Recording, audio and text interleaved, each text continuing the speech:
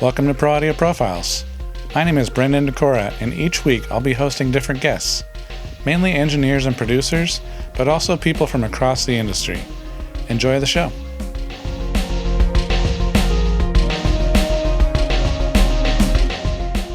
On today's show, we have Maor Appelbaum. He's a mastering engineer who has credits with Faith No More, Yes, Meatloaf, and Sepultura. Check it out. First and foremost, I want to thank you for being here. I really appreciate it. Thank you very much for having me. Awesome.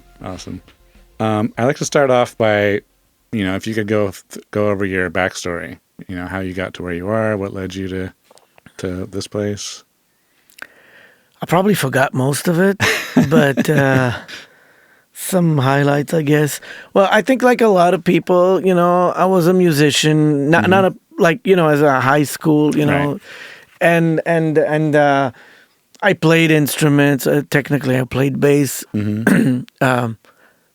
I wasn't that proficient, but Right. it was good enough for the bands I was in. Yeah. I made it look good. Right. I had different bands and projects, and I was always fascinated by the audio side, Mm-hmm. and I studied audio engineering, and then I worked in some studios, in rehearsal studios, Okay. like did kind of, the live sound in the studio and Right. some recordings. I worked in different rehearsal studios, and once in a while, did other gigs. Mm-hmm. Didn't pay well, Yeah. but that's fine. It's the beginning of the career. Yeah. But I didn't care that it didn't pay well. I just wanted to be, immersed by music. I know Right. immersed is kind of a thing today to say, right? Because Atmos. But Right. I really wanted to be, surrounded by music. Yes. Yeah, surround 5.1. Yeah, let's say immersive. Okay. I wanted to be Involved. Involved. Yes. There you go. yeah, I'm probably making funny faces. So anyway, and then I went into broadcasting. Okay. So broadcasting was audio and video. Right. That paid very well, Right. very well. Yeah. And it made me have the time I needed Mm-hmm. and funds to invest in my music, Right. because I had a gig that was paying. Yeah. On the weekends, I worked in other studios, Okay. fulfilling my immersive need Right. of music. Right. And was this in LA? Did you start here? No, this is back in Israel. Okay. Oh, actually, I forgot to mention that. Yeah. A very important piece of information. Cool. So I've done that for a long time, and it paid the bills and gave me the freedom to actually put the time and money in my own music and bands and projects, and also slowly I was going into mastering too. Right. I was also DJing at clubs, Okay.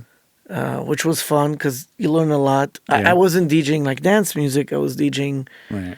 rock and heavy rock and metal, and Okay. mostly that. You learn a lot from that, you see how people's reaction to certain music and how you place it, and Mm-hmm.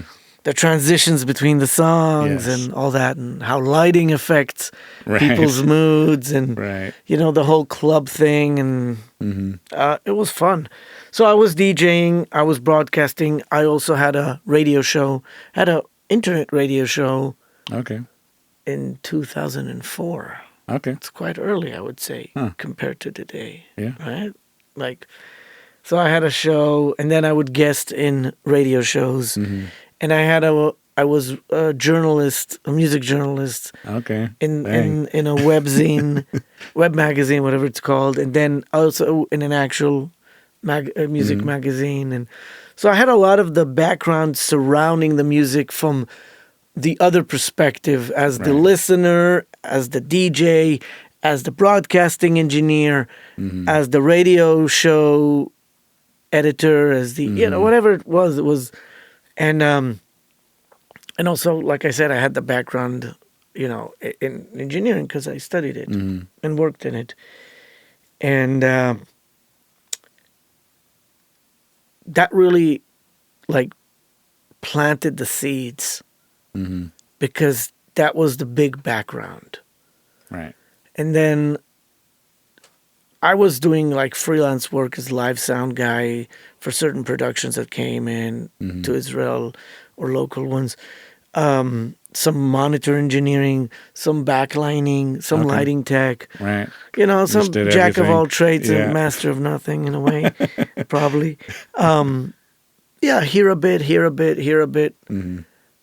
Couldn't say I was great at them all, Right.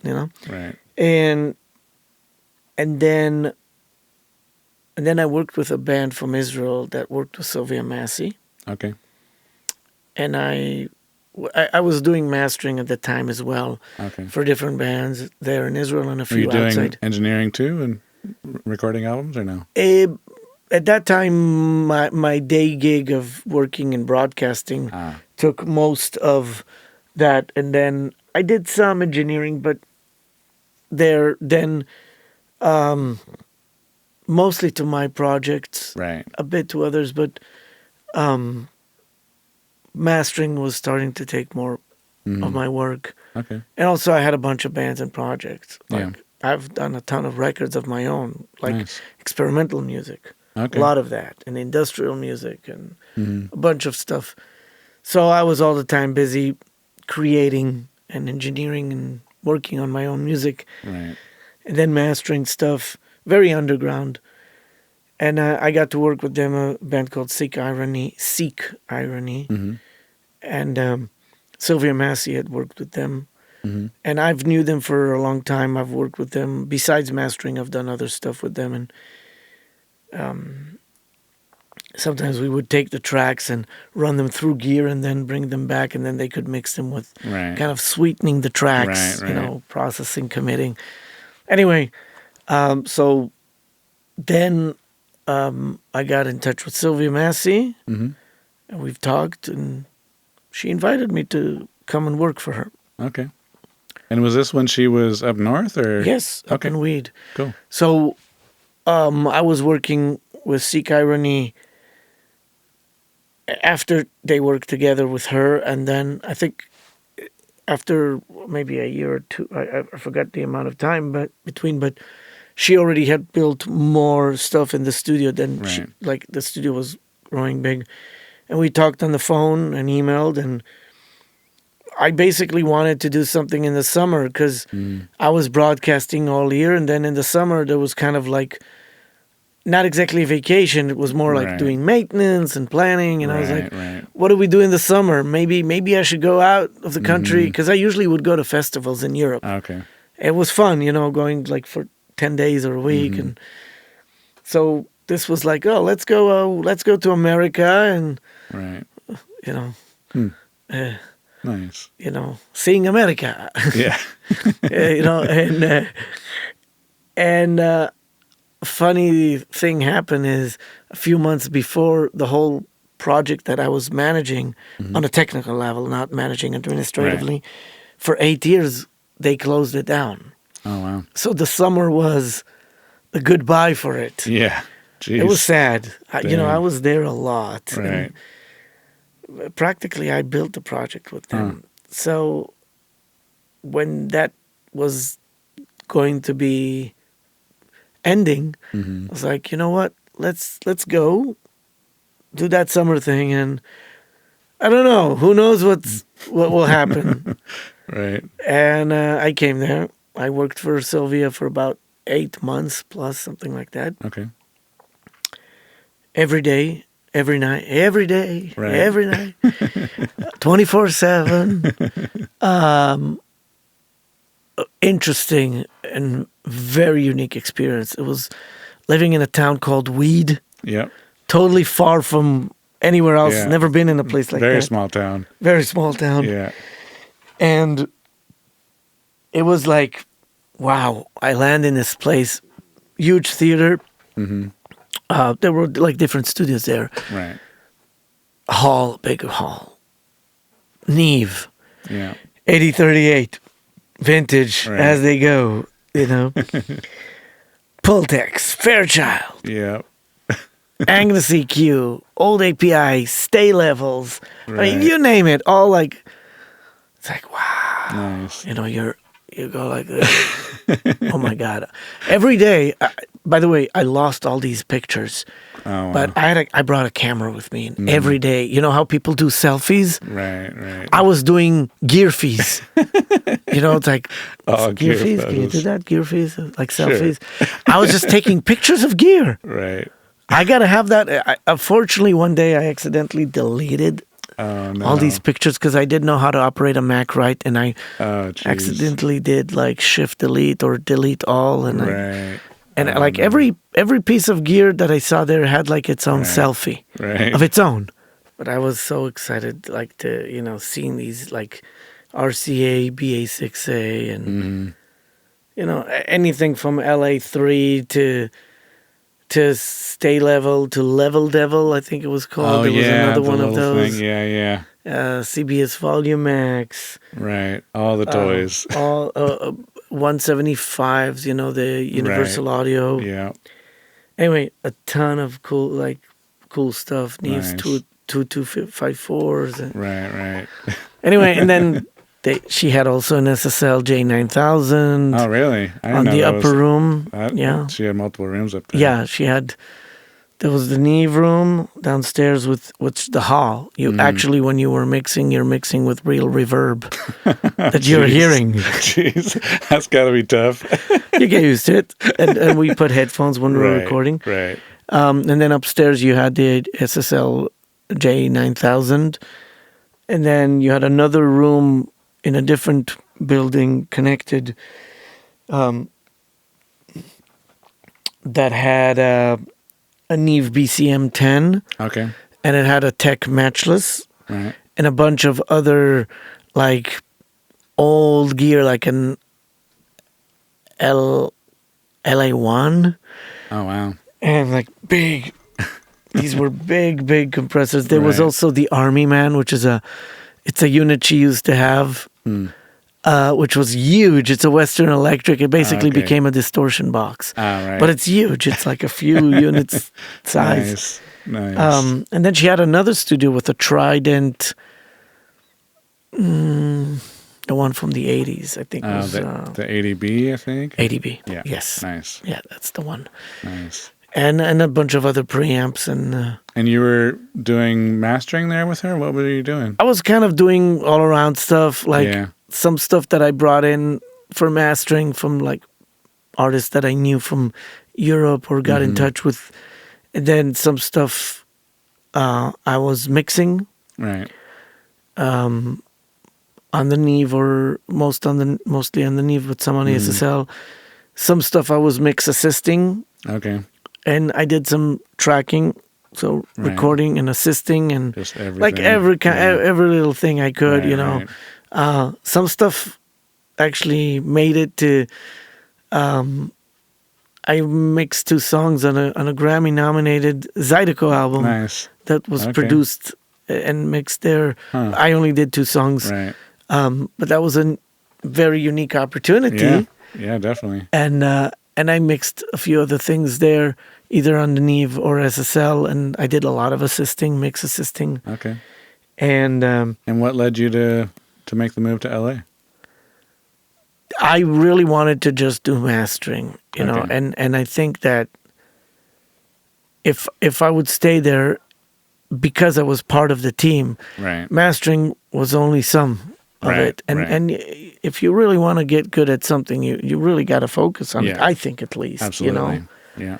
And plus back then remote was still not like today. Yeah. I mean, I got a lot of connections then, and I've worked with a bunch of people outside the country, but then it was still like sending files took a long time to upload a Yes. file, and Or just a FedEx, honestly, at that point. well, I remember still coming to LA. We would still FedEx stuff, and Right. and we would send some, but really, to network with the bands, and social media was starting to grow, but it wasn't as much as today. Yeah. So you still needed to go out there to meet bands, and with California, I couldn't meet the people, and Right.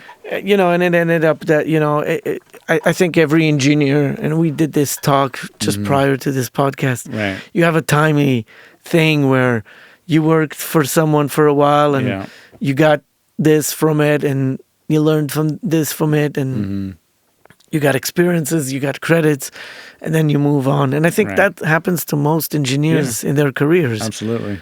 So then I moved to LA, and I started my own thing, Okay. hustling, Yeah. going out to shows, meeting bands, I truly say hustling because it is what it is. Right. I didn't work for a studio here or anything like that. Okay. And I took a job, at Sam Ash, selling pro audio gear during the day, and then in the night I was going to clubs and meeting bands and making it work. Yeah. giving out cards and and hustling and Yeah. making the rounds and then mastering. Yeah. And I had some really great opportunities that I have to admit that were handed to me, and some of them I did good, some of them probably less, some of them not.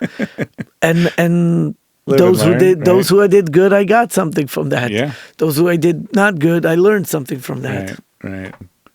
And then lately you've been doing, developing products and doing that kind of thing. What led you to that side of things?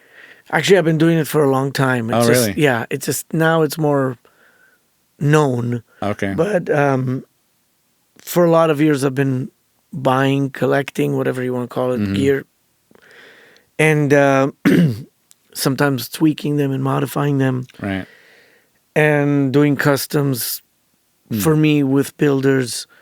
Some stuff I planned on releasing, but they didn't turn out to be that way because the parts were hard to get, and it's not always easy,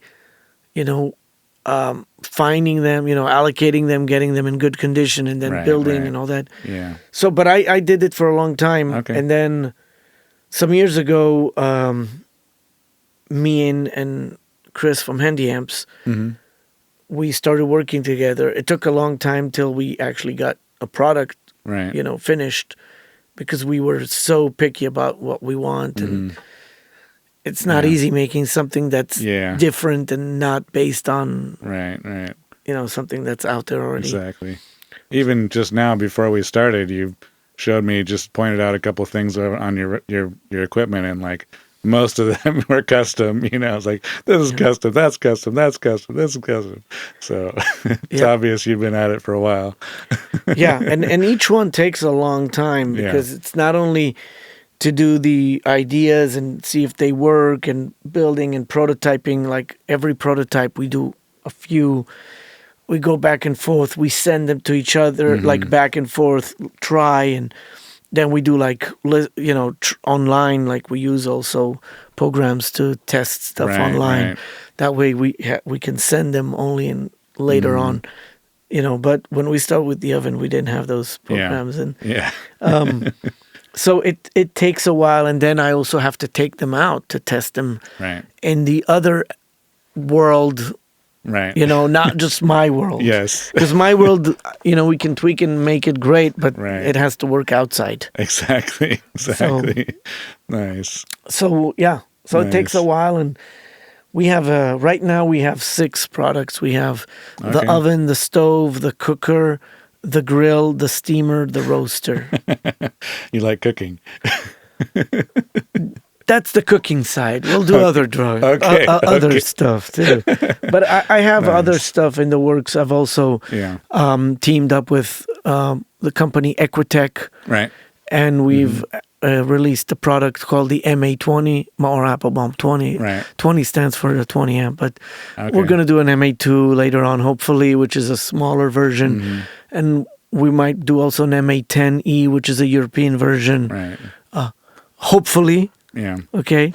The MA20 exists already, and it's sounding amazing, and I've been testing it around town, and people are very happy with what it does. And it's a isolation and balancing unit. And I also collaborate with plugin manufacturers. I do a lot of presets for Right. companies like Waves and Leapwing Audio and Pulsar Audio and Softtube and Arturia, IK Multimedia, Right. KIT.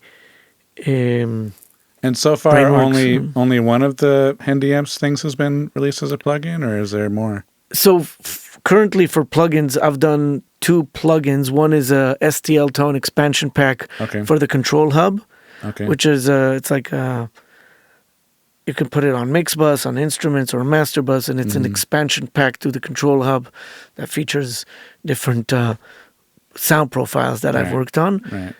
That's for that. And then the oven came out with Brainworks as the developer and Plugin Alliance as the marketing and distribution. And right now it's just the oven, but there will be more. to come. Some. Cool. Yeah. Okay. Can't Sweet. say everything, Yeah, but, of course. Of but course. there will be another Awesome. thing out there Right. coming Awesome. out. Cool. But I'm collaborating all the time with Of course. companies and figuring out what's the next steps. Mm-hmm. So there will be more. Awesome. One thing I like to talk about a lot on the podcast is how to get great results from artists in the studio. And I know as a mastering engineer and even working with equipment, it's a little bit different side of things. But can we talk about, like, when you're mastering, how do you balance meeting the artist's goals for the project while also ensuring the technical quality of the final product? It's a good question. You know, at the end of the day, we're dealing with subjectives. Of course. Okay. We're dealing with feeling, emotions, all that. We're dealing with the state that the artist is at that time when he's Right. listening. Yeah. Okay. We're dealing at the state of where I am at the time of listening. Of course. And my dog. Yes. Okay. Of course. I think you want to aim to something that makes you get excited. You're aiming for something that makes you feel that you're representing the song as Right. best as possible. Or instead of as best as possible, I would also say meeting the artistic requirements. Right. Okay. And you're bringing your thing to the table. At the end of the day, your DNA is in it. Yeah. You can't avoid that. Right. Okay. Every person involved Yeah. in the song is putting their DNA in it. Of course. Okay. So when you finish it, you know, you send it to the client. If he loves it and it's okay, great. If they need changes, you make the changes. Sometimes the changes are great because they Right. have good ideas and it Yeah. works well with what you're doing. Right. Sometimes the ideas are not that great and you got, you know, either you tell them what you think and you do it because they still request, or you tell them what they think and they might back off on them, Right. or you tell them what they think and they don't care. Yeah. Okay. Or you don't tell anything and you just do it. Yeah. Whatever. You do what you can do Yeah. to make it happen. You know, sometimes you don't want to feed them information because it's going to take them to the wrong direction. Right. Right. There's no science to it, Yeah, of course. or there's no exact science to Yes. it. Yes. The science is that it's an experiment. Right. Yeah. But I wouldn't call it science like a mathematical science. Of course. Of course. More like psychological and biological and Right. metaphysical and Yeah. Yeah. spaceological and whatever No, is it's- not logical. Yeah. It's interesting. Like, you know, we've worked together on multiple projects and, you know, that's one of the reasons I like working with you is you do offer those insights, even as a mixer. You know, you help me out with different things. You make suggestions. You suggest things to the client, everything else. And, you know, it's tricky. Like, I'm the same way when clients ask me for things that I think is wrong or incorrect. It's like I'll, you know, try and, you know, share my opinion or share why I think, you know, this or that. You know, it's interesting trying to find, you know, that balance of, well, you want to push the envelope and you want, obviously the artist is trying to do unique things, but, you know, still keeping it in line with, you know, the technical aspects and things that, you know, make sense from our side as well. You know, it's, you know, how do you balance that? You know, it's tricky sometimes. So It is. And I think a lot of times people give mastering or mixing or whatever, they give that more of a technical thing. And it's not technical. There's technical elements to it. Yes. Putting Yes. IS or C codes, that's technical. Yes, absolutely. Yes. Okay. Yes. Okay. Making a DDP, that's technical. But Right. everything else is, I don't think it's technical. I think it's creative. Absolutely. I think it's artistic. You're using technical tools. But at Right. the same time, even carving wood is artistic, but you're using technical tools, right? Absolutely. Just because Yeah. we have technical tools to do what we need to do doesn't mean it's not artistic. Yeah. You know? And at the same time, instruments are the same thing. As the artists themselves, instruments can be somewhat technical, but you're creating, art with it in this very similar way that we are with the equipment, Yes. So Totally. it's cool. And like you said, you suggest stuff to the clients. At the end of the day, we want the record to live long. Right. If we can get the artist to be happy with the record now and a few years from now, they're always going to look back and say, "Oh, I could have done it better." Yeah. You by yourself can do that, saying, "I could course. have done it better." But Yeah.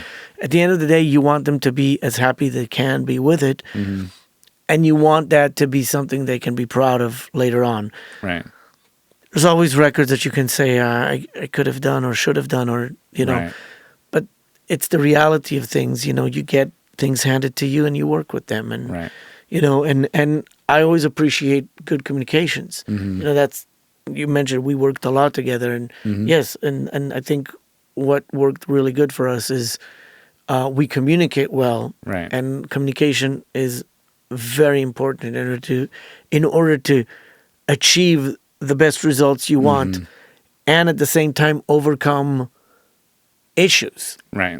Because if everything is good, great, and then something bad happens, that's where the communication is so important. Right. Right. Because if Absolutely. everything is smooth, great, but when there's a problem, how do you deal with that? Right. Exactly. And along that same vein, how do you work with artists to understand their vision and ensure that the final master reflects their creative vision and intent?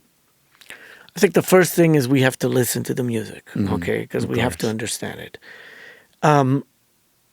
If a client wants to talk to me about it, because sometimes the client wants to share with me, I'm open. Like, I'll tell them, yeah, give me a call. Here's my number. Let's talk. Give me the backstory. Right. One of the things I like to ask them is what they don't like sometimes. Oh, yeah. Like, for example, some musicians or artists or mixers, producers, they don't like a certain sound. It's good to know that. Right. Okay, and sometimes they do like a certain thing. And if they call you, with like, oh, I'm not sure because of this or that, then that's a dialogue to continue, and not just take it, okay, that's what you don't like or like. Okay, it's good to actually go in deep Right. and ask, is this something you do like? Or, just Right. try to understand more, because it takes a lot of the guesswork out too. Right. And when you have a rapport with them, that's a different case, Yes. because you know what to expect and they know what to expect. Yeah. Unless something changes. Right. Right. And in your opinion, what is the most important element of a successful mastering session? That's a good one. I think it's just good representation of what they want. Right. If you can make them get excited from their record, like coming back to you saying, wow, we love it. Oh, wow. It makes us jump in the room. Or, Right. or we played to friends of us and they're all stoked about it. Right. You want to make sure people are excited and not like, okay, it's mastered. Yeah. Yeah. There's a reason why you're there, Right. Yes. if they don't get excited, it's okay, you did your job well, but maybe they wanted more. I don't know. I mean, Yeah. I think at the end of the day, we want the audience to get excited. We want the band to get, artist band to get excited.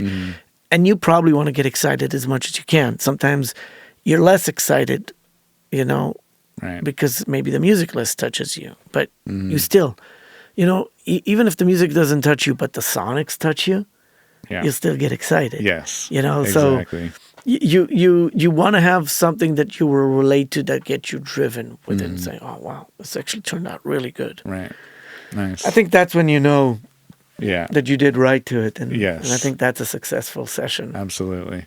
Absolutely. And how do you stay current with evolving technologies and techniques in mastering? I live under a rock, man. Technology just passes me. Yeah. I don't even know all the stuff now. Right. I mean, look, just being plain honest, and maybe this is not the best Yeah. place to say it and maybe the most unpopular belief, but look, there's a ton of things out there. Yes, there is. Like a ton times 1,000 tons, okay? Yes. Which is a lot of tons. You can't stay up to date because the amount of time you got to spend just figuring out Right. what's out there, I don't think you have enough time to work. Yes. You know, and I got 2 kids too. Yeah. Okay. Yeah. No, look, there are of course things that are probably I'm missing out on. Yeah. Okay. But at the same time, music is music. Right. Whether it's evolving, going back, retroing, coming back, Mm-hmm. Yeah. it's always going to circleize. I call it like circleizing because it's going to pick up something new. It's going to go back. It's going to pick up something new. It's going to go Right. back. They're always going to add, you know, and styles are coming back, going out of fashion, coming back. Yes. Okay. Yeah. Eventually, you'll get caught up on something. You'll get caught up on the new technology. Mm-hmm. Okay. A year from now, you're going to get to what's new. 2 years from now, Yeah. there's a Yeah. lot of stuff. I keep current by the fact that I'm working all the time. Mm-hmm. So I'm hearing about stuff, I'm learning, and I'm not afraid to test old stuff again. Yeah. Reinvent my wheel. You Right. know what I'm saying? Yeah. It's like, hey, let's test this now. Oh wow, let's change this part of the chain. Right. Oh, this is interesting. Yeah. Now it actually sounds better than before. Right. I right. I made a change here that affected that. You know, every little thing counts, especially I think in everything in audio, every little change is a change. If it's little or big or in between, that's a different case of quantifying it. But especially in mastering, little things will make a difference Yeah. to you Definitely. and the listener. Yeah. Maybe to you more than to the listener as an engineer. But I learn about new stuff coming out, gear, converters, programs, you know. I try to stay current. Once in a while you pick up from reading in a magazine or Right. by hearsay, or a friend comes to you and say, hey, man, you got to check that out. Oh, okay. Yeah. But I'm not afraid to go back in time, too. Yeah. There's a lot of great gear that was Absolutely. done ages ago That's and true. still is amazing. That's true. You know, and I have some vintage stuff. I Yeah. have some vintage new, and like a combination. Mm-hmm. So, and I'm not afraid to be organic with the music and the sound and see what fits under my dog. See, he was like doing, Maor, change the subject. He's like, yeah, okay, I'll do so. No, just joking. He heard everything already. Yes. I'm telling you, he heard everything here. Yeah, I'm cool with bringing new things to the table. And by the way, if like someone calls me and says, "Hey, there's a new," he's making noises. Yeah. Yeah. If someone brings a new compressor, limiter, EQ, and like you want to check it out, yeah, bring it in. Right. I'm always happy to try out new, Right. clocks, converters. Yeah. EQs, compressors, saturations, limiter, you name it, Yeah. everything. Yeah. If it can be brought here to test, I'll be happy to. Right. For sure. Yeah, it's fun. I like it. So how do you balance meeting the demands of different genres of music? I know you sometimes focus on a certain style just due to the nature of the business, but how do you ensure that you're able to work across a wide variety of musical styles? Well, first of all, I'm a music fan. Okay, Right. so I like a lot of types of music. Right. And I do connect to what I'm hearing most of the times. Either it could be classical, acoustic, jazz, cinematic, rock, metal, prog rock, any type of indie rock, whatever, Yeah. alt rock, Yeah. any type of metal, blues, reggae, funk, punk, gothic, industrial, This goes on. zydeco, And on. Yes. folk, singer-songwriter, pop, EDM. Right. You try to connect to it, Mm-hmm. and of course, you work with the client. Right. So you bring something to the table. They dig it, great. They don't, they tell you what they want or think of it, and you work with that. But really, it's about connecting to the music. Some productions really bring the sound exactly to where it should be. Your job is to finesse. Some productions bring it close, but you still need to do stuff. Right. Some are a bit further, and it's like there's mixers that have great balance but not much mojo. There's mixers who have great mojo but not much balance. Yes. Some of them have great mojo and great balance. Some of them don't, no mojo, no balance. Yes. It's like, whatever. It's like you got to work with each one and figure out what the game plan is. Right. And some stuff you can really do exactly what's needed. Some stuff, it's a hit or miss, and then you need them to make changes in the mixes to fix them so they sit better. Right. So there is a conversation in some cases to achieve that final result. Right. And then you go back and forth with them, and they make improvements, and then the new mix that comes in either has the mojo or the balance, or the mojo and the balance. Yeah, exactly. So yeah. Nice. And similar to that topic, actually, how do you work with artists who have different levels of technical expertise, and even engineers too? Obviously, you get, like you were just talking about, you get stuff that's all across the map. How do you navigate that so that they understand the process and can provide you with the right information you need? Well, every project that comes in, you're gauging it by what's sent to you. Right.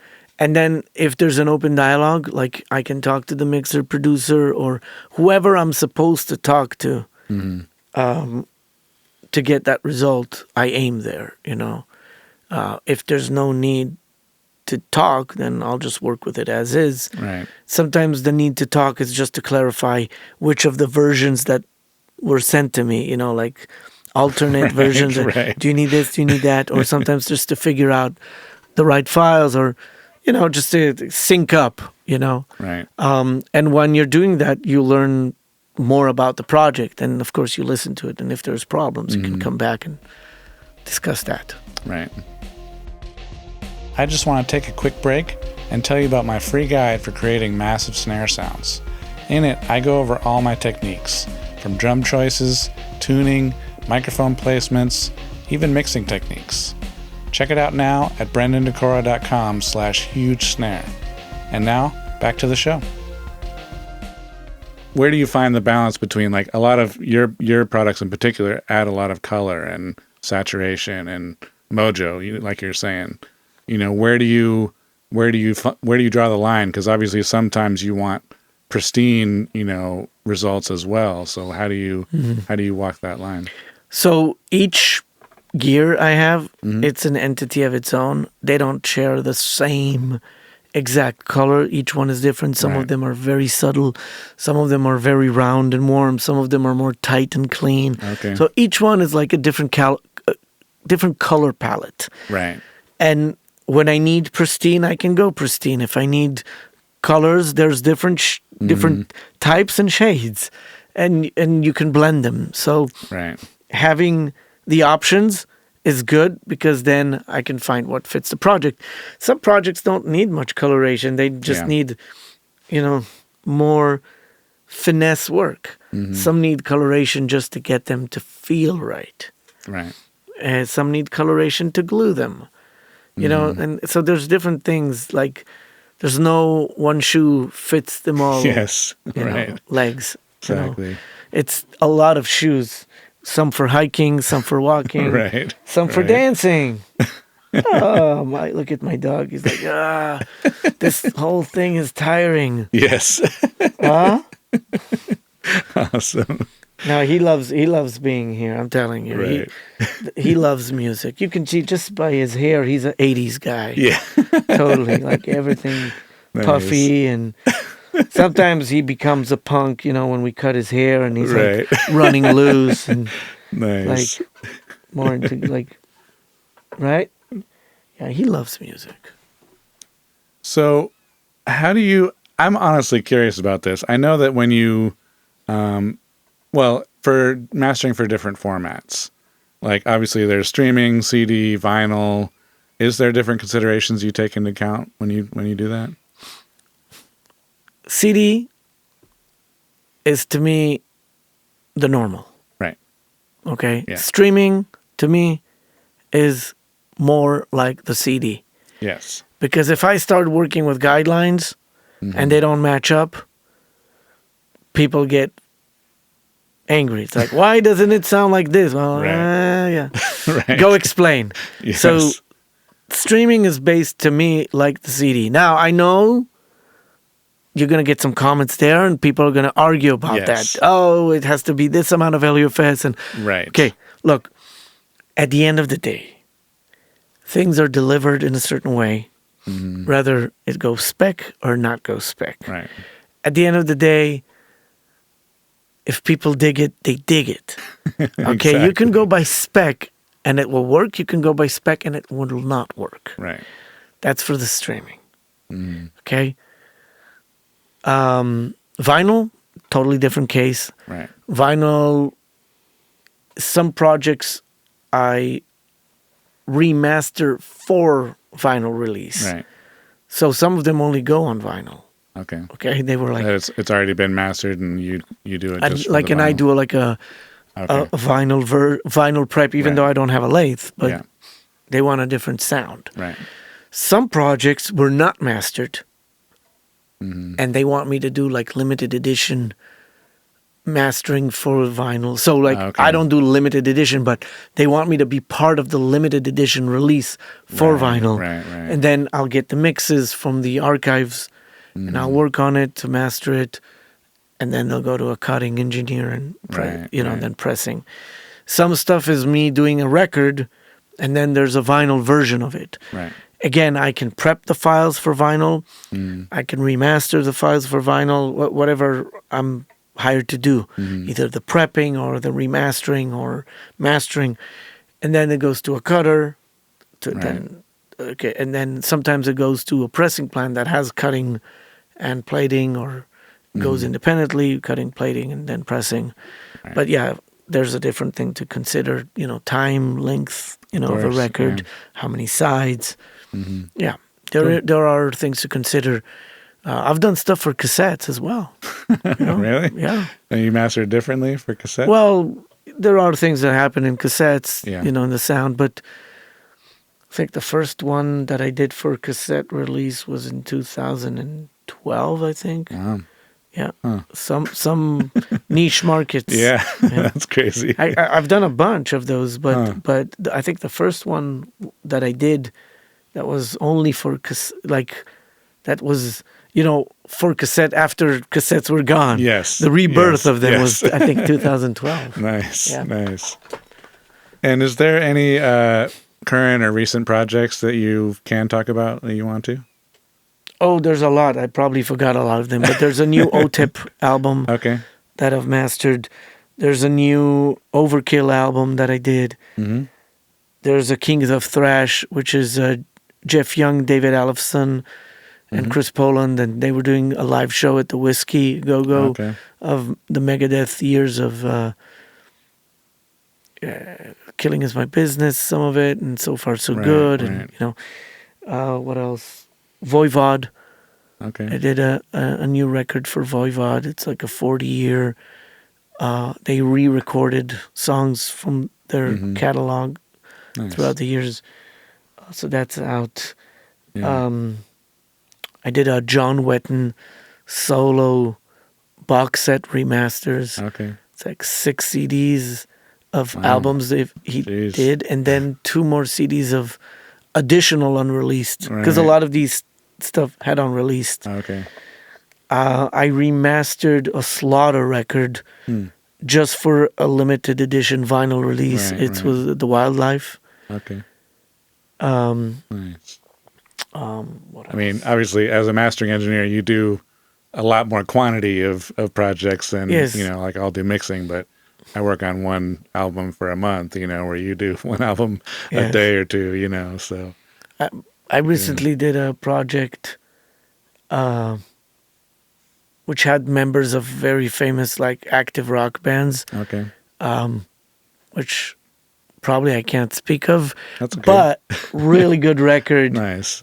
Coming out Radio soon. hit songs, Nice. like really good, and Cool. that's going to be coming out soon. Nice. And yeah, there's a lot of interesting stuff.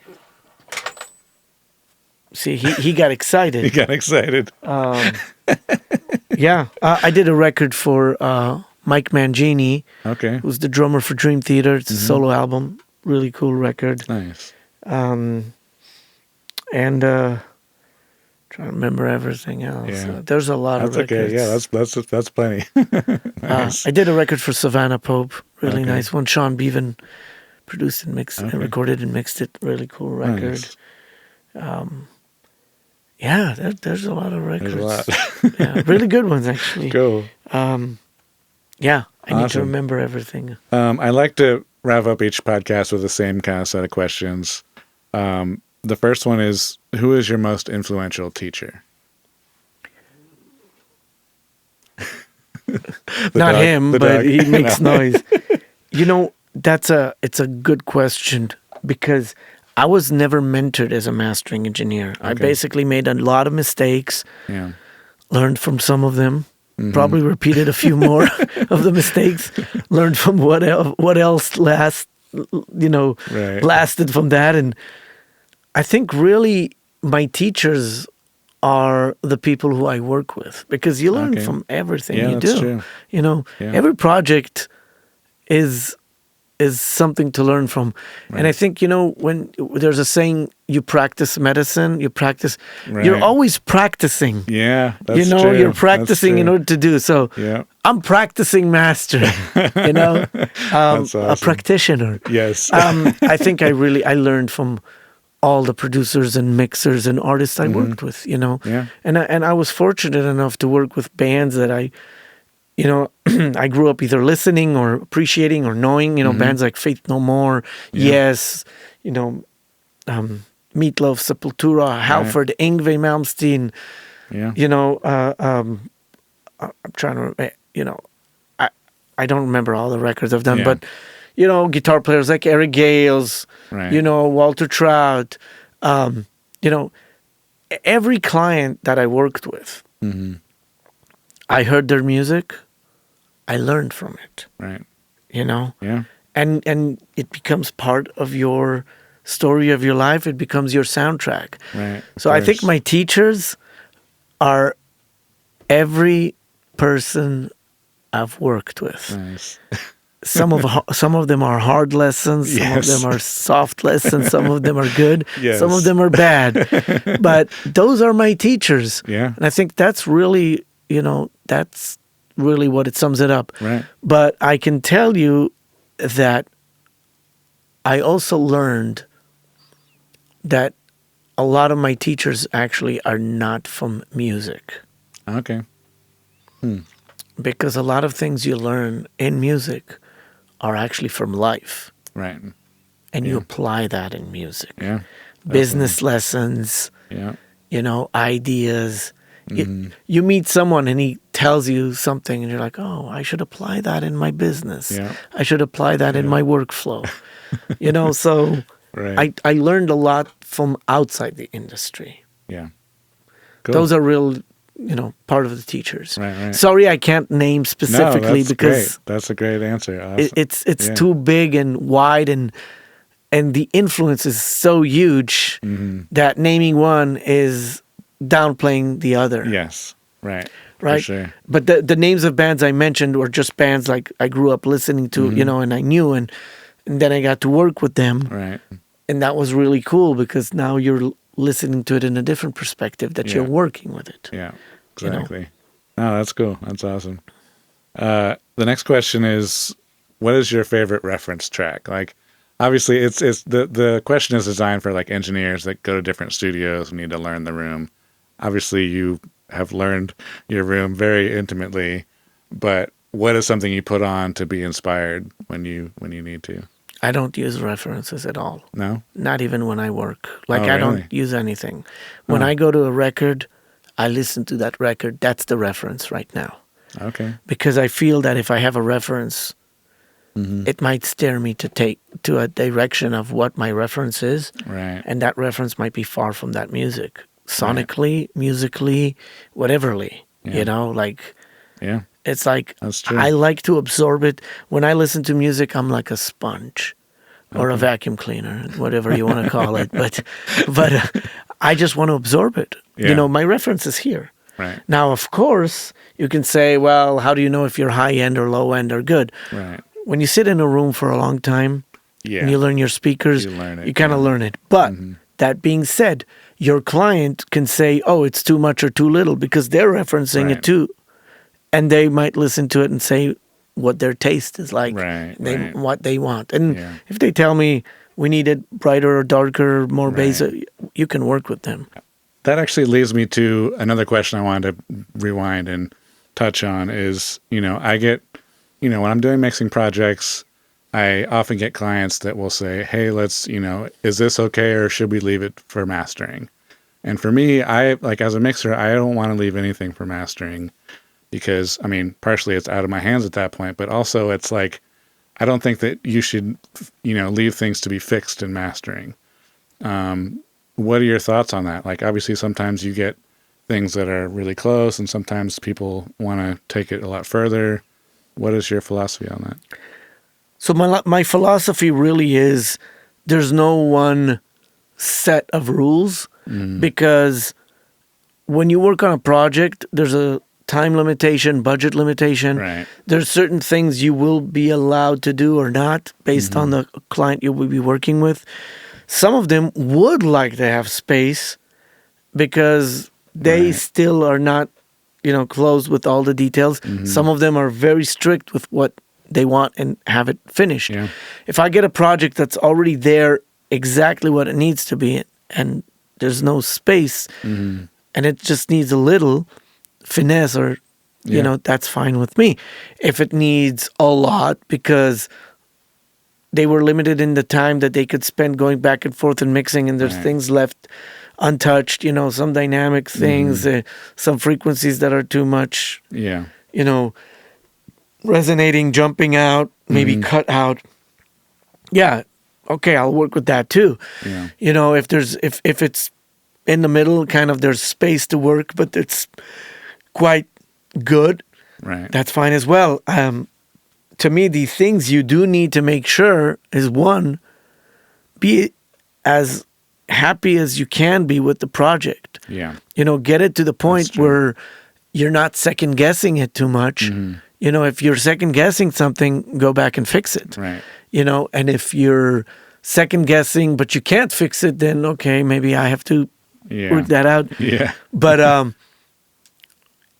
if it's there exactly how it's needed, that's not a bad thing. The only problem is sometimes when people want to get it exactly where they want, they can accidentally overcook it, overprocess it.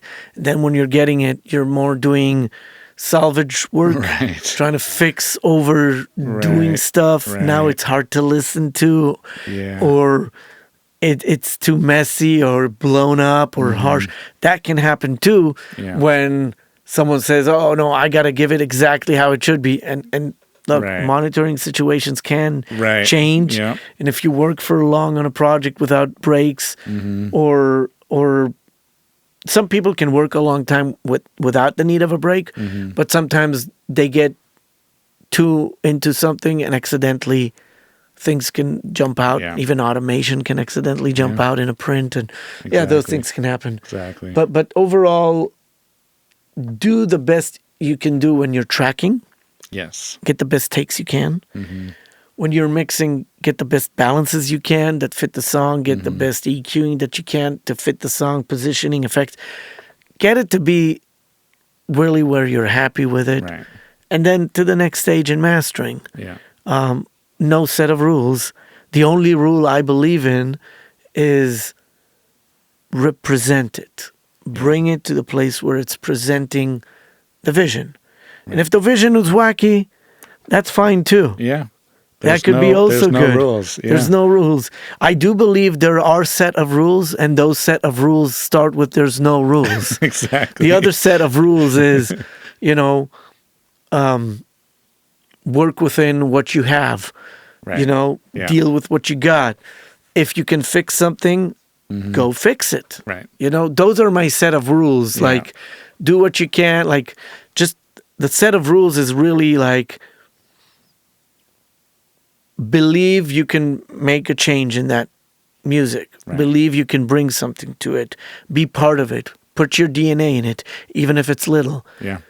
Once you do that, it's like adding spice Yeah. to cooking. Right. Don't put too much because it might ruin it. Yeah. Don't put too little because it might not be enough. Find the amount that works. Right. Get the right measurement. Get the right quantity that will add, and figure it out. Exactly. That's my set of rules. Exactly. Like figure it out. Work with it. Awesome.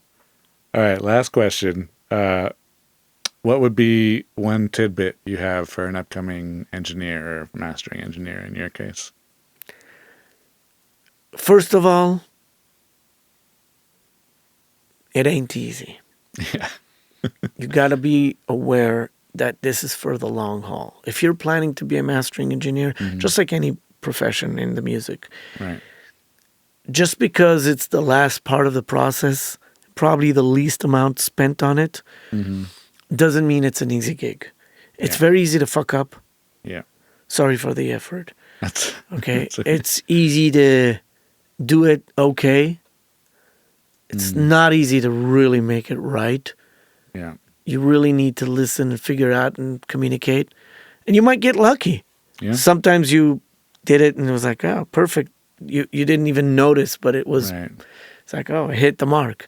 But again, it's not easy because there's a lot of things to take in consideration. There's communication, there's patience, there's persistence. Yeah.